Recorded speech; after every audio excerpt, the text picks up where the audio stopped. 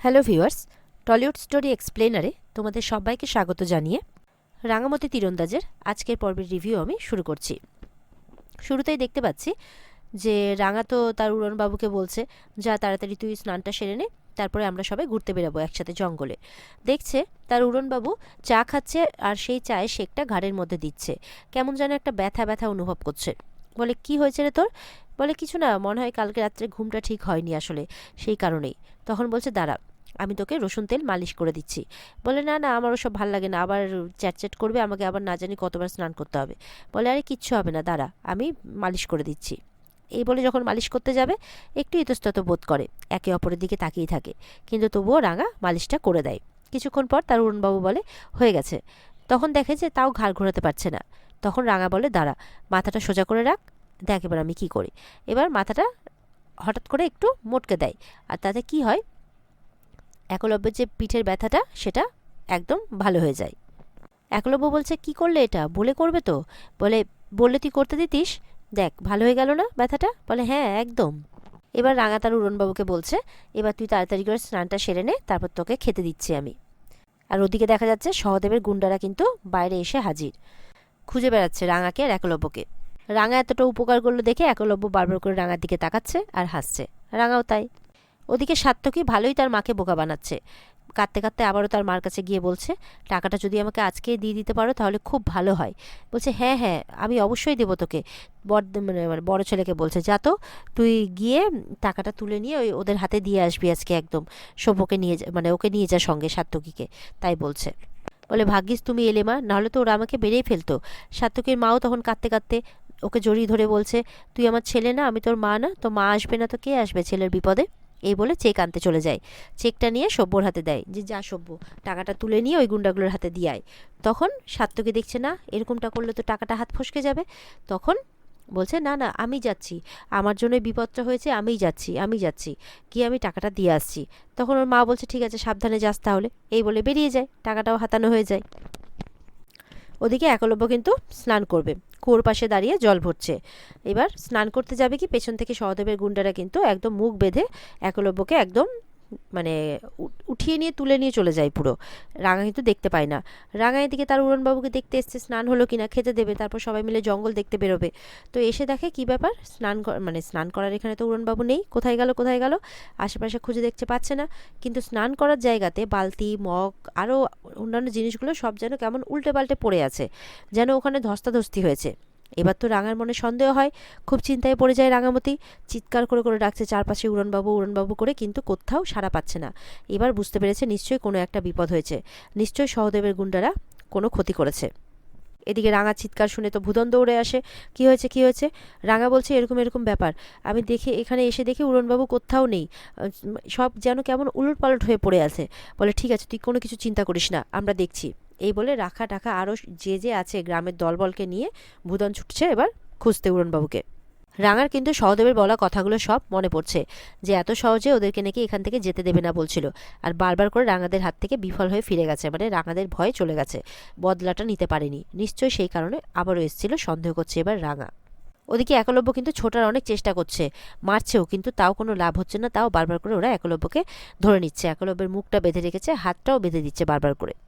খুব চেষ্টা করছে একলব্যকে গাড়িতে ওঠানোর, আর একলব্যও খুব চেষ্টা করছে তাদেরকে সরিয়ে ওখান থেকে পালানোর।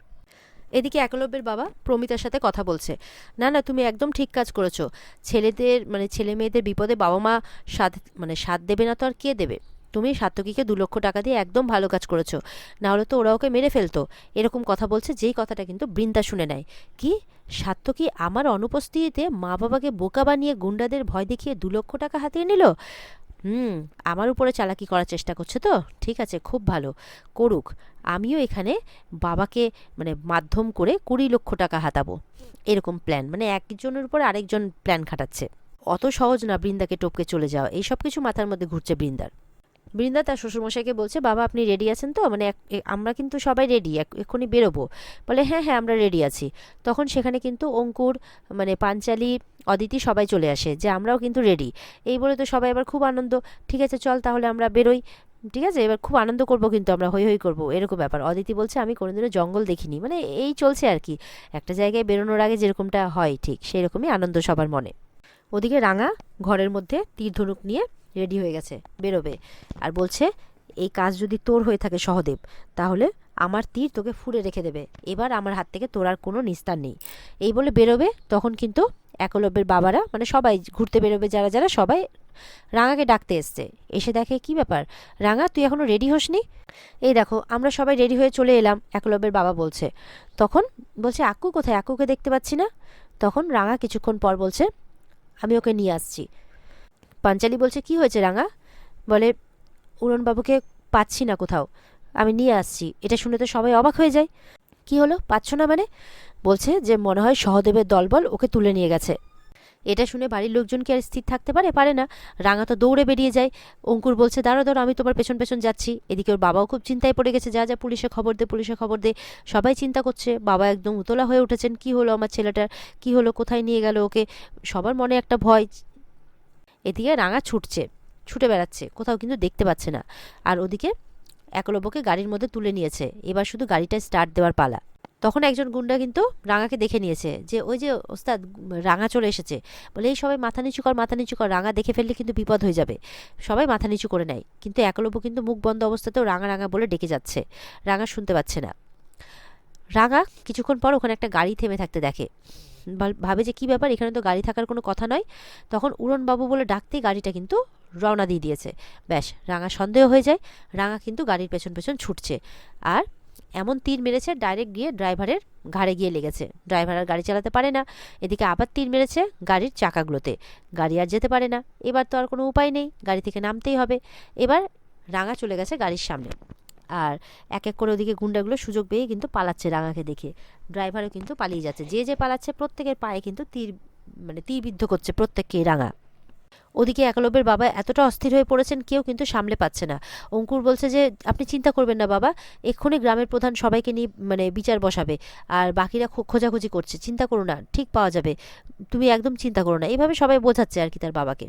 ওদিকে এবার রাঙা একদম গাড়ির সামনে এসে গেছে, এসে সহদেবকে বলছে এই সহদেব, তুই কি ভেবেছিলি যে উড়নবাবুকে নিয়ে এখান থেকে চলে যাবি? অত সহজ নয়। আমি রাঙামতি, বুঝতে পেরেছিস? আমি দাঁড়িয়ে আছি তোর সামনে। উড়নবাবু আমার স্বামী হয়, বুঝতে পেরেছিস? তুই আমার স্বামীকে আমারই চোখের সামনে দিয়ে নিয়ে যাবি? তোর এত বড় সাহস! নেমে আয় এক্ষুনি। আজ যদি আমার বানে তোকে আমি ফুঁড়ে না দিয়েছি, তাহলে আমার নামও রাঙামতি তীরন্দাজ নয়। আমার স্বামীর গায়ে যদি একটাও আঁচড় কাটিস না, তাহলে এই রাঙামতি বাঘিনীর আঁচড়ে তুই একদম ফালা ফালা হয়ে যাবি। সহদেবরাও কিন্তু ভয়ে একদম অবস্থা খারাপ হয়ে গেছে, কি করবে বুঝে পাচ্ছে না। তাও কিন্তু সুযোগ বুঝে সহদেব পালিয়ে যায়। এদিকে একলব্যের এই অবস্থা দেখে রাঙা আর কিছু করে না।